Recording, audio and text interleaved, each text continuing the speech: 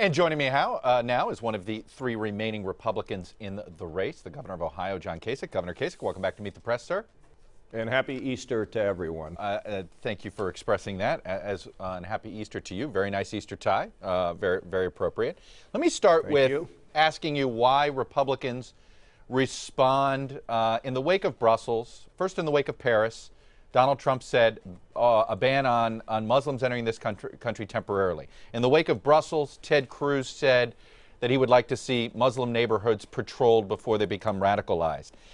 So far, in every state that has conducted a primary, we've had an exit poll, 63% or more Republicans, with 65% in your primary in Ohio, for instance, said they were in favor of these temporary bans on Muslims. Why do you think Republican voters are responding to those ideas from Trump and Cruz? Well, because I think when they see things, it makes them very concerned and very nervous, and so it's sort of a knee-jerk, I think, Chuck. But let's talk practically here. In order for us to have great human intelligence, I want the public to hear this, we are going to have intimate communication and coordination with our friends in the Muslim community. There is no question about it. I mean, in order to find out about the radicalized friends and neighbors or people that you may not even know at all who you observe doing things, this has to be a coordinated effort worldwide. One other thing I want to say, Chuck, that is that I think that we ought to have a dramatically reformed NATO. Right now we think of NATO as a military organization. I think it needs to involve itself in policing and in intelligence gathering, because when we look at Europe right now, we find there's so many holes and an inability of their ability to get their act together to coordinate effectively. I think NATO can be an emerging entity if reformed and restructured. Well, it's interesting you say that, helpful. Because NATO to me has been missionless, sort of in the post-Cold War. There has a little bit of a role in Afghanistan, a little bit of a role obviously in Bosnia, but it's not been clear what is the post-Cold War role for NATO. The problem is the other countries, the other NATO participants, they don't contribute nearly in the amount of money or resources that the U.S. does. And if anything, there's been a movement in Europe to ratchet it back. How do you change that? Well, I think it's leadership, Chuck, and I think, again, I always look at when we have lemons, what can we do to turn it into lemonade? And that's even, frankly, I don't know if that's the appropriate way to say it in light of the murders that we saw take place. But I really believe that it's the job of the president. And look, we're always going to carry more of the load. When we stop carrying our share of the load, that's when the world is really in trouble. And I think we've seen the United States sort of, we haven't really been the leader. And I think with leadership, these countries understand that it's an existential threat to them. I mean, the bombing in Brussels is the heart of Europe. Now we have a debate going on in Great Britain about them leaving the EU. And so what I would say is I think with leadership, they know that they need to have better intelligence. They know their families, their communities, everybody is at risk. And so I think there's an opportunity to basically restructure, reform, and build NATO into an effective organization. But you've got a Europe right now, and I don't want to get way down in the weeds of Europe here, but you've got a Europe right now where every country feels as if it's every country for themselves. I mean, we talk about the rise of nativism and nationalism in this country. You have it in every Western European country right now, sort of a similar pattern here, where there's distrust of their own allies. They're concerned about sharing their economic wealth with other less with more economically challenged countries. It seems like Europe's about to break apart.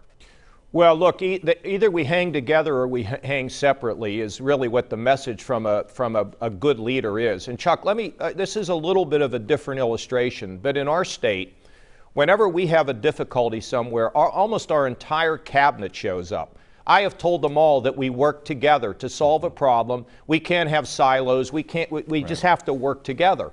That is what the President of the United States needs to communicate to our allies around the world. And frankly, it's got to include our friends in the Arab Muslim community. We cannot beat this unless we do this, strengthen ourselves militarily, destroy ISIS, and begin to have a message out there particularly by the Muslim imams about the fact that this is not tolerable. This is murder, and it's not acceptable in our civilization. Let me go back to Brussels a minute. This bombing took place in a less secure part of an airport, essentially the part where we don't do screenings.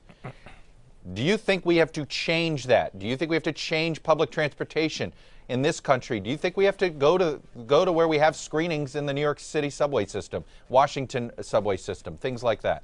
Well, Chuck, I think it's all about intelligence, and I don't want to overreact to this. You have to have your counterintelligence community, which is made up of the FBI, sometimes Homeland Security, state and local law enforcement, and they need to do the assessments. And I just talked to our head of public safety yesterday to say, what more do we need to be doing?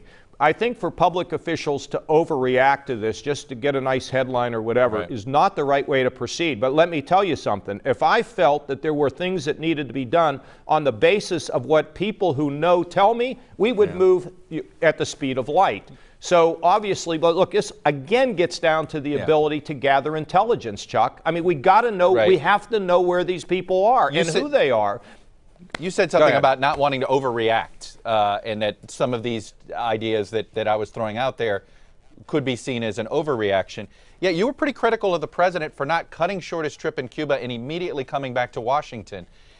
Should he do that after every single terrorist attack? Because he also shares your belief that you can't overreact to every incident, or you unnerve the public. Well, look, I would say, Chuck, when you have an attack in the heart of Europe and you have this kind of slaughter, if I were president, I'm just telling you what I would do. I wouldn't have gone to a baseball game in Cuba. I would have come home. I would have called all the world leaders. I would have gathered my intelligence and military experts, and I would have sent them to Europe to sit down to assess our vulnerabilities. I mean, I'm not overreacting here, but you also can't underreact. When somebody says we ought to ban all Muslims from coming in, that is a statement that it's not based in reality. I don't even know how you would do it. And secondly, we can't be out there aggravating the very people whose cooperation we need. But in terms of the president in Cuba, don't go to a baseball game after this happened. You come home. All right, let me ask you two other quick questions. You said something about the Middle East a couple months ago that you got to redraw the map. Is that, I hear you. I've heard this criticism before. The French and the English messed this up after World War I, all of those things. Is that something that's doable now, though? I mean, is that something you can actually do? You think you can create a Kurdistan Commonwealth? You think you can maybe carve up Syria or Iraq in a way that keeps the peace? Chuck, I don't believe we should do that. I believe we should destroy ISIS, and then once it settles down, let the regional powers sort this out. As you see the Kurds now trying to create some sort of a federation in the northern part of Syria. I mean, we know that putting Sunni, Shia, and Kurds in Iraq, it's never worked. So let the regional powers sort this thing out. But I think there could ultimately be a redrawing of the map. But Western powers shouldn't do it. Let them do it where they live. All right, let me ask a politics question. Ted Cruz's campaign has repeatedly called for you to get out, saying a vote for you is a vote for Donald Trump. Now, we went through this last week. If you thought your position in this race strengthened Trump, would you get out? Chuck, I'm beating Hillary by 11 points. I'm the only one that can win in the fall. And as you notice, the narrative over the last week has been, what is wrong with the party? Kasich's the guy that can win the general. Some people have said Kasich would be the best president. I mean, get out for what? If I'd have gotten out, Trump would be the nominee. He would have won Ohio. And frankly, we'll win some districts in Wisconsin. We will move to Pennsylvania, where I'm basically in a statistical tie with Trump. And when we go to New York and everywhere else, we're going to pick up delegates. So, I mean, it's absurd. It's absurd. You know, if you really want, let them consolidate behind me, because frankly, I'm the one that can win in the fall, and I'm the one that can get the crossover votes. So, this campaign. Happy Easter. Yeah, there you go. The campaign tone has been, every time you think we've hit a low, it goes lower. You've based your whole campaign on not participating in that. So I get that. I know that's going to be one part of your answer. But can Ted Cruz or Donald Trump do something about this? Or is this all a Trump effect? What do you make of this?